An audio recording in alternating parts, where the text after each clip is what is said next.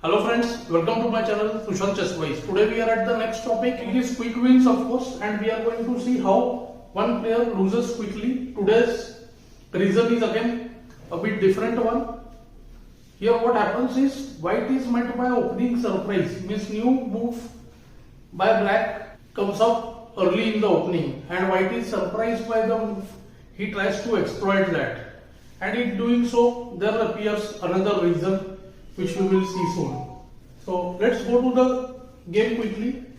E4, E5, it's a Royal Lopez game. So after NF3, NC6, BB5, we have the starting position of Royal Lopez. Some lines of Royal Lopez become very sharp, like the one we see here. Black goes A6, first forcing BA4 so that he can use the move B5 later on. Another option for white is to take bishop into C6, which becomes the exchange variation of Royal Lopez. Black goes NF6, castle, B7. Knight into E4 becomes the open variation which we have discussed before. White goes RE1, protecting E4, and now the threat is bishop C6 followed by knight E5. So B5, BB3, castle. This is one of the most topical and the sharpest line. We can easily say in the entire chess lines, because after C3 D5 we have the very famous Marshall gambit or the Marshall attack as it is called. Black sacrifices the pawn on E5 for a rapid development. It's played at very higher level by different players. So here in the game white played A4. This is so called the anti-Marshall. It tries to avoid the move D5. Right now there is the threat. Then AB, the rook on A8 would hang. So white is forcing black to do something about B5. Black plays BB7. B4 is also possible, but this keeps the tension intact. The rook on A8 is protected now. Here C3 D5 can be even better for black. White goes with the slow approach, playing D3. White doesn't want to allow sharp play to black. Here black goes with the relatively new move at that time. So this is a game played in 1986. So that time this move was new. So we have the players Zapata white and John Dunn is playing black. And with this move RE8, black is trying to confuse white. And white also fell for it. White thought that rook on F8 usually doesn't move early because F7 becomes weak. And he immediately tries to exploit with the move NG5. This is the first mistake, means basically we can say white walked into black's preparation and he went with the move knight G5. But when we are talking about quick defeats, quick losses in the game, we are not talking about blunders, okay? We are talking about a situation where a player knowingly goes into a erroneous line. So here what happens is white went NG5. That itself is not a serious mistake or a big thing. The serious mistake happens a bit later when things start going out of hand. Black goes D5, this move is forced, and after ED1 normally would expect the move knight D5, which is of course here not good because queen H5 is there in the air. So black had this opening preparation, perhaps he went with the move knight D4, looks like E5 is hanging. And white very much now wanted to exploit this. We can clearly see that black's developed pieces are more in number. So black definitely has reasons to go for this gambit idea. Firstly, let me tell you that after D6, there comes knight takes B3, D takes E7, looks absolutely decent, but now comes the move queen D5. This intermezzo spoils everything. Queen was attacked. The knight on B3 was attacking A1, but now see there is a mate on G2 and knight would take the rook on A1 next move. So this is winning for black. Rook E5 instantly is another bad line. There also we see knight takes B3, C takes B3 followed by knight takes D5. The knight on G5 hangs and we see the bishop on B7 is becoming exceedingly powerful. This is somewhat similar to the game also. White plays bishop A2. Of course, the desire is to keep the bishop intact. And black plays knight D5. See the difference in white's and black's forces now. After the move NG5, we see that white has got nothing going his way. And this is where we discussed the psychological part as one of the reasons, but here it is concrete part. If we want to know, we should say that the evaluation or the assessment of the situation has actually gone wrong for White. White is trying to prove that he is okay.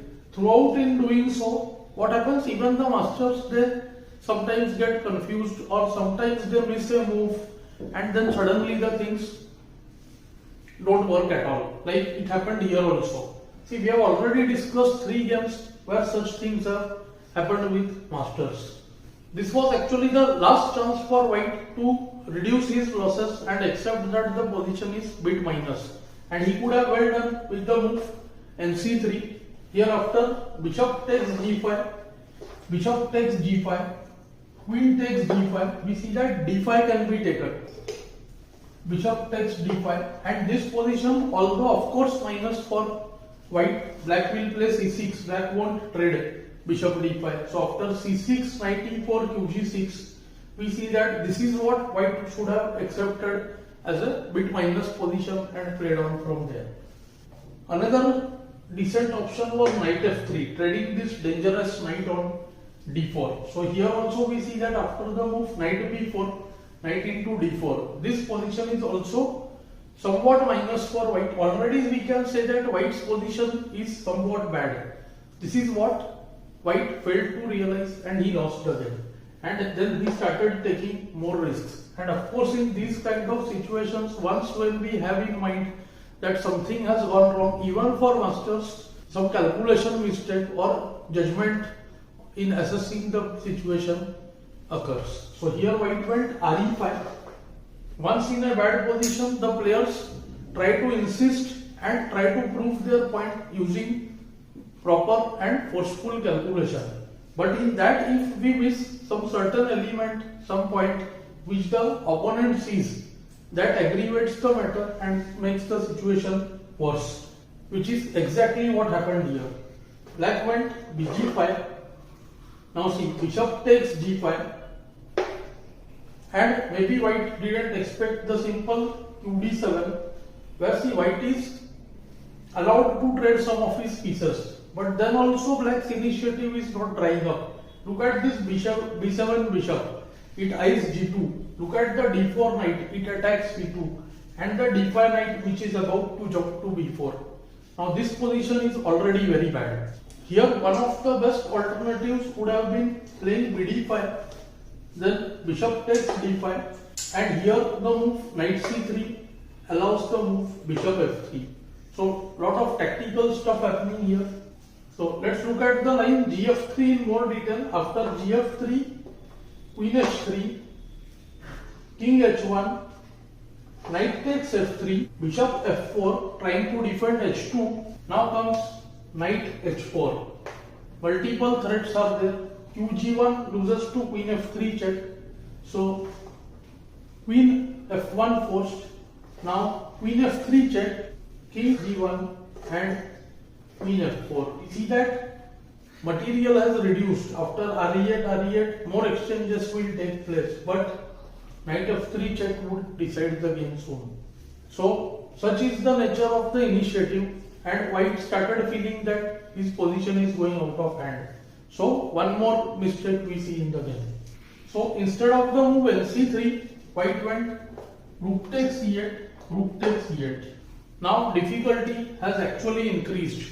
The problem is that Black is about to play the move knight b4 and open this bishop. Queen is eyeing the g4 square. There is the move ne2 check. That is one of the most problematic things that White is facing right now. So White goes with the move nd2 here. And Black finds another strong move nb4. Now the position has actually collapsed. There is nothing much going on for White now. The last chance that White seems to have here is the move bb3, trying to protect c2. But there is the move knight b3, knight takes b3, and the move qd5, forcing qg4, defending g2 and g5 both. But knight c2, and it's game over. White is bound to lose more material. The move chosen by White, bb1, is more or less like resigning itself over here. and black exploits it smoothly using the fact that now the queen on d1 lost the support from the rook on a1. So black concludes the game with any 2 check. King h1 looks like a mating net here, but the knight d2 guards f3. So this was another looming threat. bg2, kg2, qg4 check, and now we see that if king h1 often queen f3 mates, but the knight guards here. King h1 f1 often allows qh3 check, but here after king f1 or h1, both cases knight moves to g3 and the queen on d1 is lost.